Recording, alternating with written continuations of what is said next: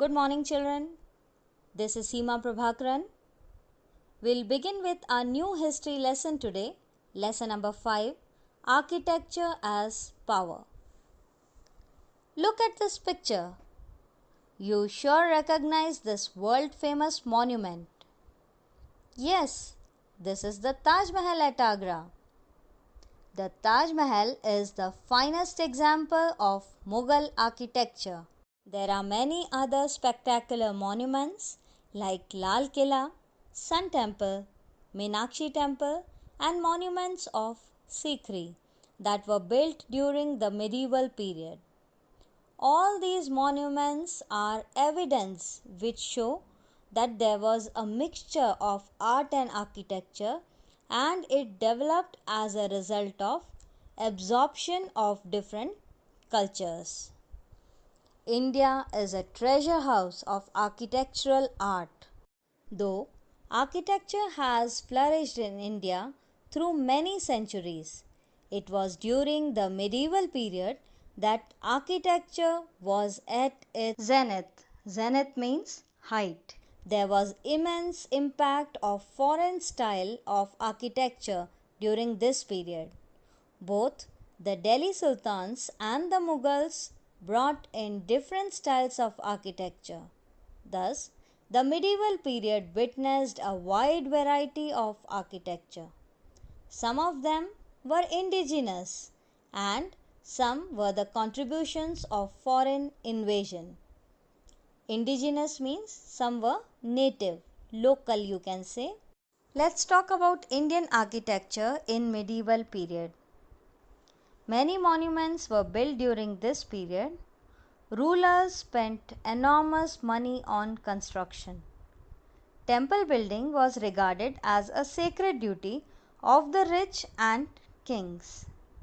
It was considered that if the money was given by the rich and the king to build temple, it will be a pious act, means a religious act, and the person will get positive recognition.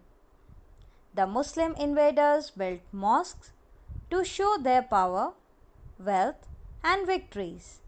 The buildings built by the Mughals impart a sense of ruler power and were a potent symbol of authority. Potent means strength, sign of strength. The Mughal wealth is reflected in their architecture. The monuments are important sources of information about the medieval period. They give information about the religious beliefs of the people, the state of economy, the state of the empire, and the materials and techniques used. The lavish palaces and gardens bear witness to the extravagant lifestyles of the rulers. The forts exhibit the intelligence and defense tactics of the rulers. The inscriptions and the calligraphy on the monuments tell us about the builder and his reign, means his rule, sometimes even important events. Basically, two types of structure were built. The first type was the structure which was built for public use, for example, gardens, mosques, temples, wells, and tanks. The second type was built for personal use, for example, palaces and forts. Now let's talk about architecture of public use first. The public use monuments were gardens, mosques, temples, baulis, havelis, tanks, and bazaars. The rulers constructed these for the welfare of the people and also because they wanted to earn the admiration, respect, and gratitude of the people. So let's begin with the mosques.